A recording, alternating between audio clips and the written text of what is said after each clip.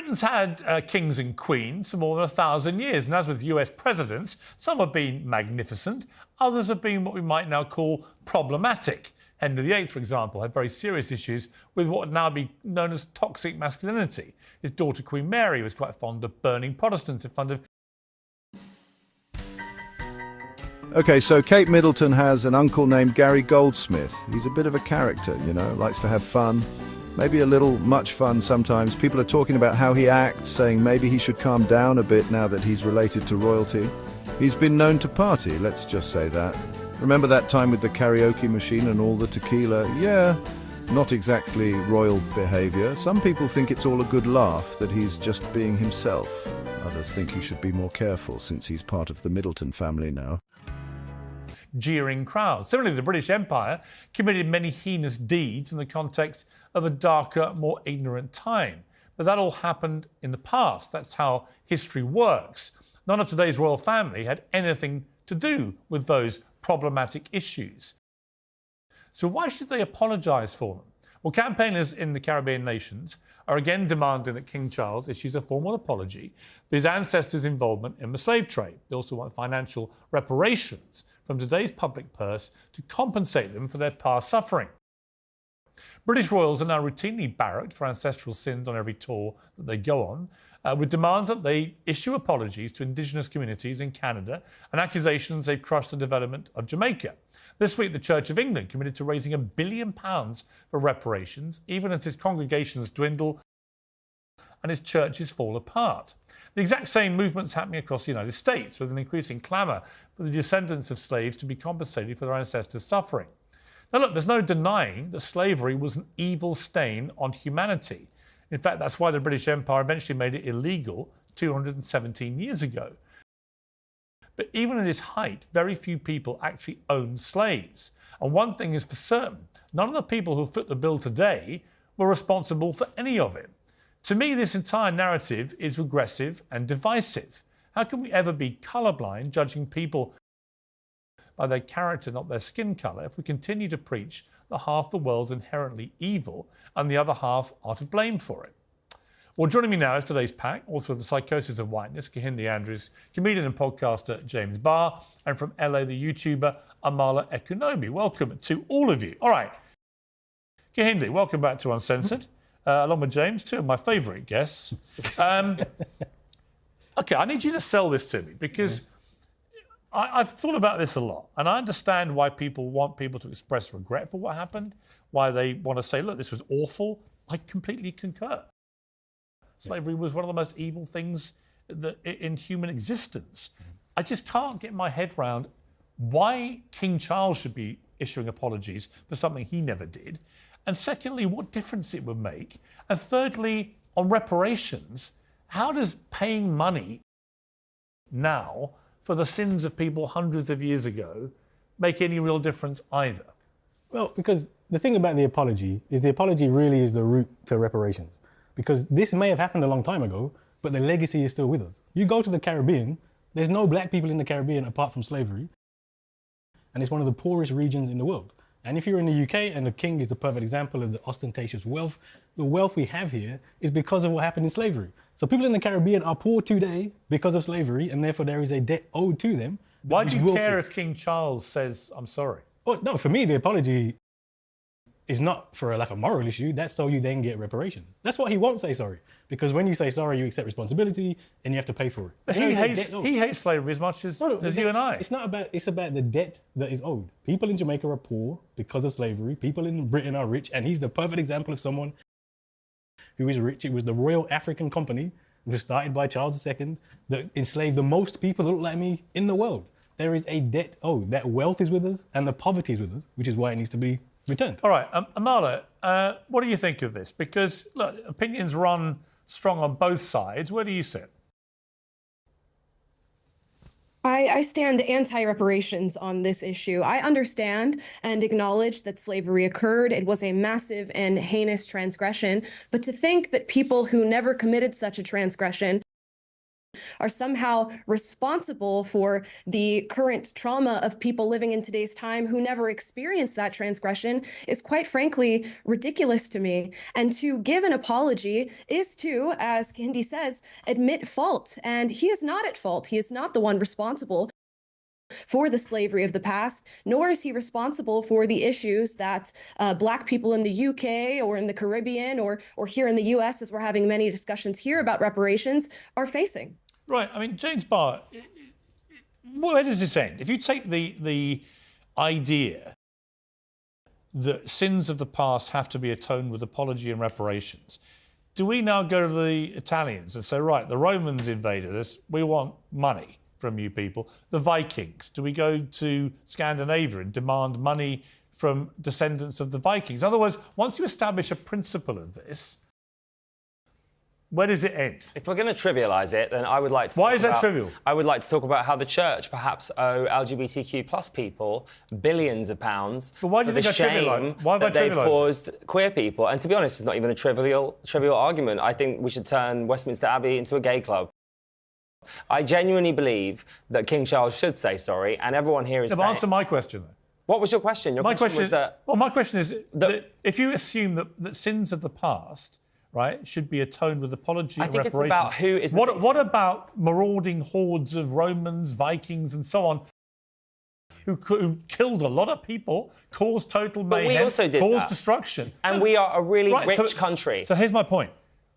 Where's the line for you? I think the line is that the royal family are still profiteering off of thousands of years of racism currently, and whether it's conscious or unconscious. How are they? Because they own property that was built by slaves or funded by slaves. So we need to acknowledge that. We need to say sorry for that, and we need to do the work, and we need to pay that debt back. Why does say? Look, I get the sorry leads to reparations, but the actual apology.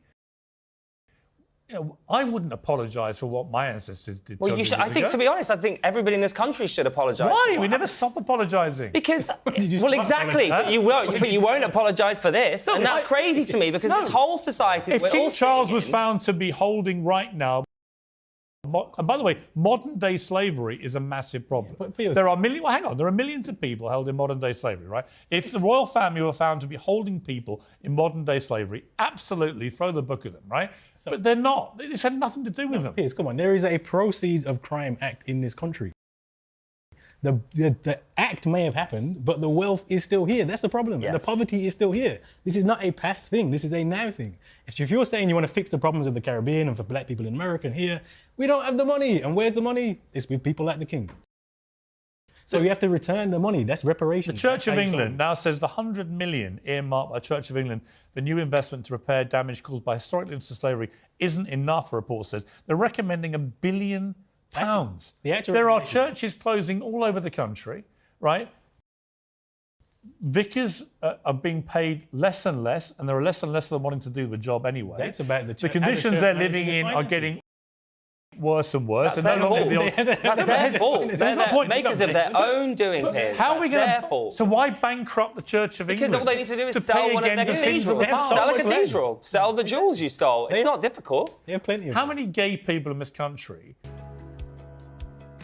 So Meghan Markle, the Duchess of Sussex, is American, right? Married to Prince Harry.